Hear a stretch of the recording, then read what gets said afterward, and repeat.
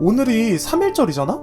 3.1절처럼 독립운동사의 가장 중요한 날, 우리는 보통 독립을 위해 힘쓰신 독립투사분들 혹은 그분들이 행한 독립운동을 기억하곤 하잖아. 맞아. 나라를 되찾기 위해 여러 방면으로 힘쓴 이름 없는 민중들과 애국 선열들의 각종 독립단체들을 기억하며 그들의 희생을 기리는 거지. 근데 말이야, 나는 사실 오늘 같은 날 더더욱 기억해야 하는 사람들이 있다고 생각해. 어떤 사람들? 바로 독립운동을 하다 변절한 변절자들. 그런 쓰레기 같은 사람들을 왜 굳이 기억을 해? 여러 친일파들과 친일파 후손들이 가장 두려워하는 게 뭔지 알아? 바로 계속 기억되는 거야. 자신들의 조상의 부끄러운 행적들을 우리들이 기억하는 것이야말로 그들에게 줄 수 있는 가장 치욕적인 벌이라고 볼 수 있어. 맞네. 오히려 우리가 그런 사람들을 잊게 되면 그들이 한 잘못된 행동들도 잊혀지는 거니까. 그런데 독립운동까지 할 정도의 사람들이 어쩌다가 변절자가 된 거야? 궁금해? 그건 오늘 검색해볼 내용을 보면 확실히 알 수 있거든. 좋아, 검색해보자.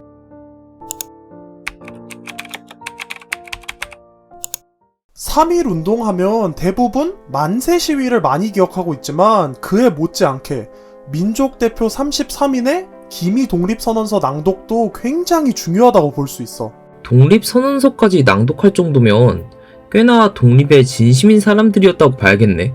물론 민족대표 33인 중에는 손병희, 한용운, 이승훈과 같이 조국이 독립할 때까지 포기하지 않고 독립운동을 한 독립운동가도 있었지만 독립운동 중 징역을 살고 독립이 불가능할 것 같다고 판단한 뒤 변절한 변절자들도 있었어. 아니, 민족 대표라는 사람이 변절을 했단 말이야?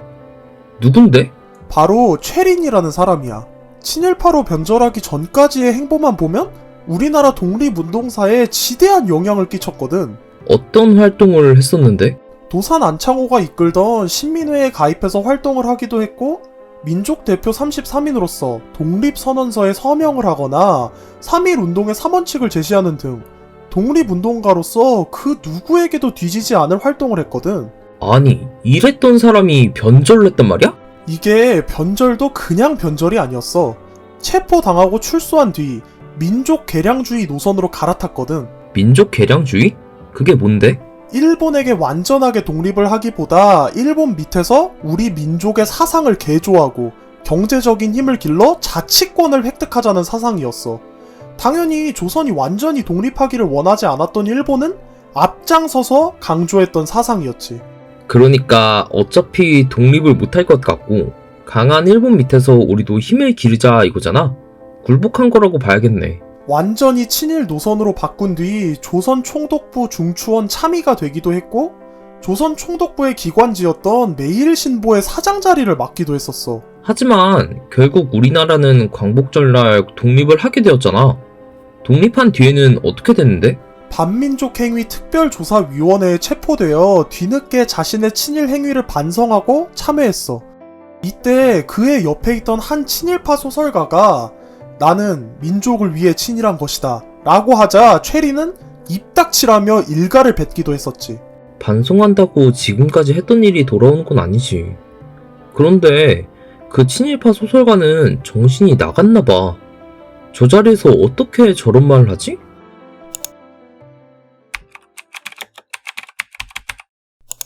그 친일파 소설가도 사실은 독립운동에 힘썼다가 변절한 사람이었거든. 유명한 소설가야? 한국 최초의 근대소설 무정을 집필한 작가 이광수야.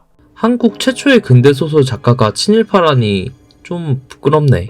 이광수는 원래 독립에 지대한 관심이 있던 사람이었어. 당시 조선인이 최고로 성공하는 방법이 뭐였는지 알아? 글쎄, 조선인이 성공할 수 있는 방법이 있었나? 바로 일본에서 대학을 나오는 거야. 그 중에서도 도쿄대나 와세다 대학처럼 지금도 명문 대학교인 일본 대학교를 졸업하는 거지. 하긴 식민지 시민이 본국 최고의 대학을 입학할 정도면 무조건 성공할 만하겠네.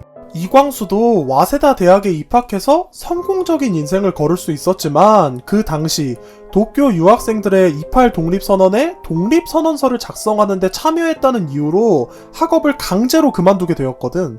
어떻게 보면 조선인이 잡을 수 있는 최고의 기회를 스스로 버린 거나 다름없으니 꽤나 독립운동의 진심이었다고 봐야겠네. 그 뒤 독립단체인 신한청년당에 가입하여 활동 자금을 모으기 위해 무정을 매일신보에 연재했는데 이 무정이 조선 역사 최고의 베스트셀러가 되었고 여운형의 추천을 받아 대한민국 임시정부에 참가, 독립신문의 발행을 맡을 정도였었어.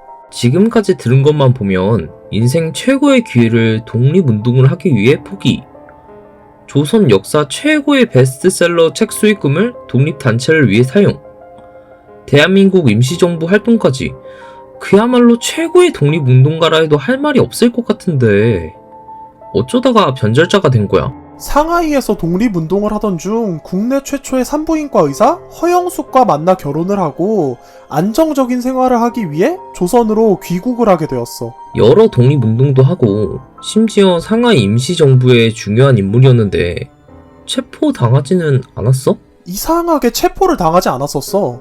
이때 아마 변절을 하고 일본을 위해 활동하겠다는 약속을 한 게 아닐까 추측은 하는데 진실은 이광수 본인만이 알겠지. 변절자로서의 활동은 어땠는데? 앞서 말한 최린과 비슷하게 민족 개량주의를 수많은 조선인들에게 전파하고 알리는데 힘을 썼어. 아무래도 당대의 유명한 지식인이다 보니까 시민들에게 민족 개량주의 같은 사상을 주입하기가 너무 쉬웠지. 이광수는 해방 이후 어떻게 됐는데? 앞서 말했듯 반민족행위 특별조사위원회에 체포되어 연행되었으나 고혈압 증세가 너무 심각해서 보석으로 풀려났지. 그 뒤에는 6.25 전쟁 때 북한에게 납북당했어.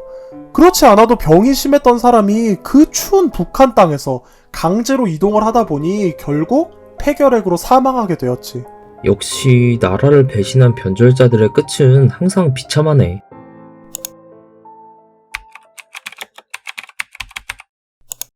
맞아. 항상 비참해야 되거든? 근데 김규환이라고 무려 국립서울현충원에 안장되어 있는 친일파가 있어. 현충원이면 우리나라의 호국 부운에 큰 이바지를 한 애국자들만 안장되어야 하는 거 아니야? 친일파가 있다고? 심지어 건국훈장 애족장까지 받았던 사람이야. 친일파였던 사람이 어떻게 그럴 수가 있는 거야? 이게 좀 복잡해. 김규환은 원래 독립운동가였어. 심지어 중국에서 일산학교라는 학교를 설립해서 독립 사상을 교육하던 사람이었거든. 심지어 광안단, 대한통의부, 대한정의부, 정의부, 국민부 같은 굵직한 독립운동 단체의 높은 자리까지 맡았었지. 독립운동가들 중에서도 꽤나 중심적인 역할을 했었던 사람이었네. 어쩌다가 친일파가 된 거야? 중국에서 체포를 당한 뒤 무슨 일을 겪었는지는 확실히 모르나 그 뒤에 변절자가 되었어. 일본의 괴뢰국이었던 만주국의 만주국 협화회의 회장으로 활동하거나 일본 영사관 소속으로 만주의 독립운동가들을 회유하여 일제 변절자로 만드는 사업에 앞장섰었거든. 앞에서 말한 두 사람보다도 악질적이라고 볼 수 있네. 멀쩡한 독립운동가까지 변절자로 만드는 일을 했으니까. 그런데 어떻게 이런 활동을 했던 사람이 현충원에 안장되고 건국 훈장까지 받게 된 거야? 이 모든 활동을 본인의 이름이 아닌 본인의 다른 이름, 김이대라는 이름으로 활동을 했었거든. 아, 그러니까 김이대와 김규환이 같은 사람인 걸 모른 채 김규환의 독립운동가로서의 행적만 봤었다는 거지? 맞아. 독립운동가였던 김규환과 악질 친일파였던 김이대가 동일 인물이라는 걸 모르니 김규환을 독립운동가로서 현충원에 안장했던 거지. 이 사실이 알려진 지금은 당연히 죗값을 치르고 있겠지? 2019년 건국훈장 서훈은 취소가 됐으나 유해는 아직까지 현충원에 남아있어. 아니, 친일파의 유해가 왜 거기 남아있는 거야? 당연히 다른 곳으로 옮겨야 하는 거 아니야? 현행법상 친일 변절자 자손 스스로가 유해를 이장하지 않는 이상 이미 현충원에 안장된 김규환의 유해를 국가가 강제로 이장하는 건 불가능해. 이걸 고칠 수 있는 법안이 5번이나 발의됐지만 모두 국회의 문턱을 넘는데 실패했거든. 어서 법안이 만들어져서 저런 친일파가 현충원에 안장되는 걸 막아야 할 텐데. 현충원에 잠들어 계시는 다른 독립운동가들께도 굉장한 신뢰잖아.